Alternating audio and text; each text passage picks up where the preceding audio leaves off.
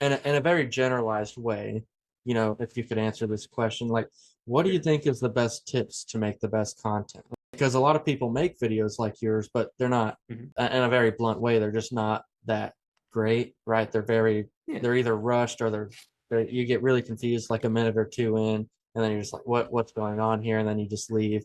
I mean, your videos, although they're fast paced, you know what's happening, right? You're following a story, and it's very apparent that it's well thought out.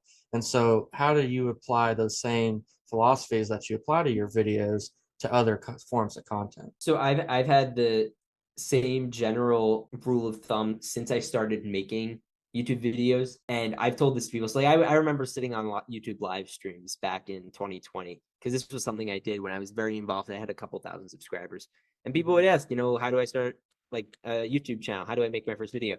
And I would always say, make stuff you yourself enjoy. The issue is a lot of people, they just break out their phone and they film stuff that's just either uninteresting or stuff that is very low quality. The lighting is atrocious. The audio is atrocious. By the way, audio is far more important to a YouTube video than visuals.